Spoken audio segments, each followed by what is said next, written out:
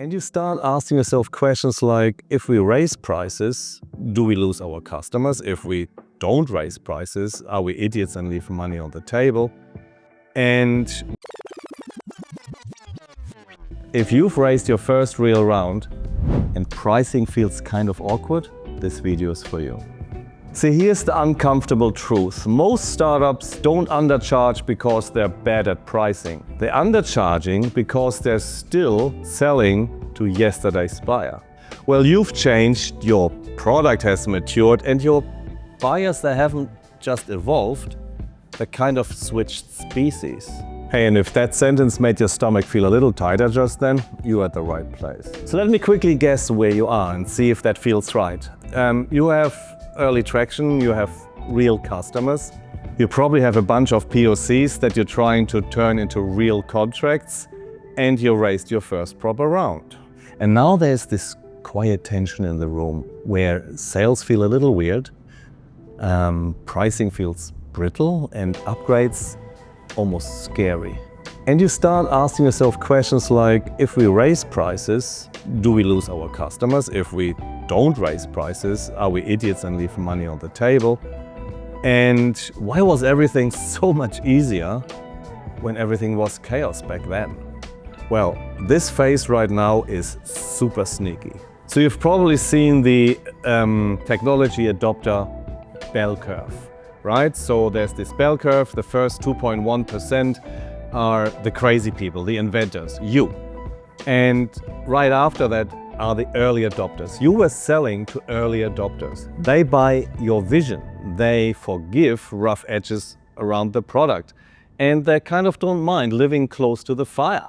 You could sell hope, speed, access, and your pricing reflected that.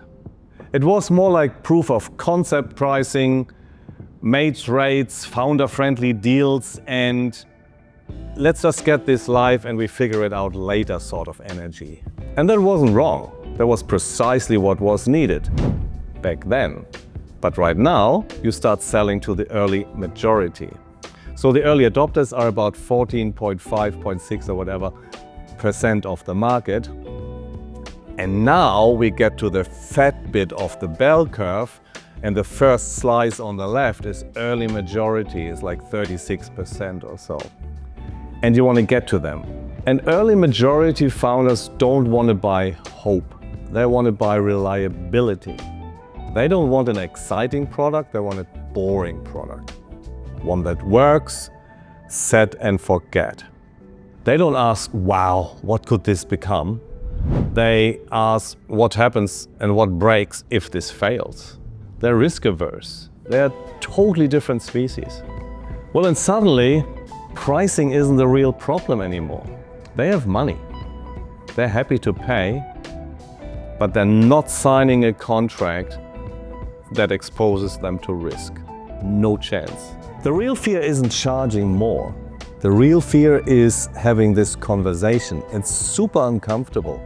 And there's a ton of companies, maybe a little bit like yours, that definitely leave money on the table because there's so much going on. You just completed your round, you're rearranging your team, you maybe have a new office, you're hiring, there's a million things going on, and you conveniently don't look at your pricing just yet. But this is where early growth potential sits. It's not necessarily straight out of the gate finding new customers. You know, you have to develop them and blah, blah, blah. There's an on-ramp. But you have existing customers that trust and love you, that love the product, and now you can explain to them how you move from the proof of concept pricing to the commercial real pricing, and why the commercial real pricing is higher and why that is a good thing for the customer. And the easiest way to explain that is usually risk reduction. We need more staff, customer success people, support. We want you to be able to call us at 3 a.m. in the morning and we answer the phone sort of things, and that costs money. So by paying more, you're getting better service and you reduce your risk. And they understand that language, and 9 out of 10 times they're very happy to pay more money. So have that conversation. In fact, there's a psychological thing that I've seen many times, and I was in enterprise sales before, where the lower price doesn't win the deal because they feel that at that low price, you cannot support them properly. This product can't be of the quality that we need. And you have the same product and you charge them more, and suddenly they go like, okay, good, here's the purchase order, and wow. So in short, it's scary, you don't like it, you have to do all the boring things that you were putting off for a long time, but you can charge for it and your business grows. Sounds like a good deal to me. I leave you with a thought. Most pricing problems are actually trust problems. Would you agree or disagree? Put it in the comments, I will read every comment. And in the next video, I will talk about something that's even more uncomfortable for founders, and it will give you an unfair advantage. It's the shift to a new category of buyers, a new customer category, and how to talk with them. And once you see that clearly, pricing will be less emotional and more strategic. So if you haven't watched it already, my video on value-based pricing, the link should be up there somewhere. It's directly related to this video. Very interesting, got a lot of views and a ton of subscribers. Thank you.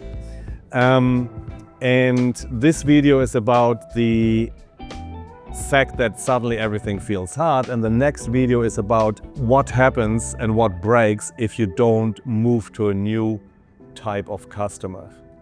Yeah, this phase is super fragile, but if you handle it well, this will separate you clearly from the rest of the pack.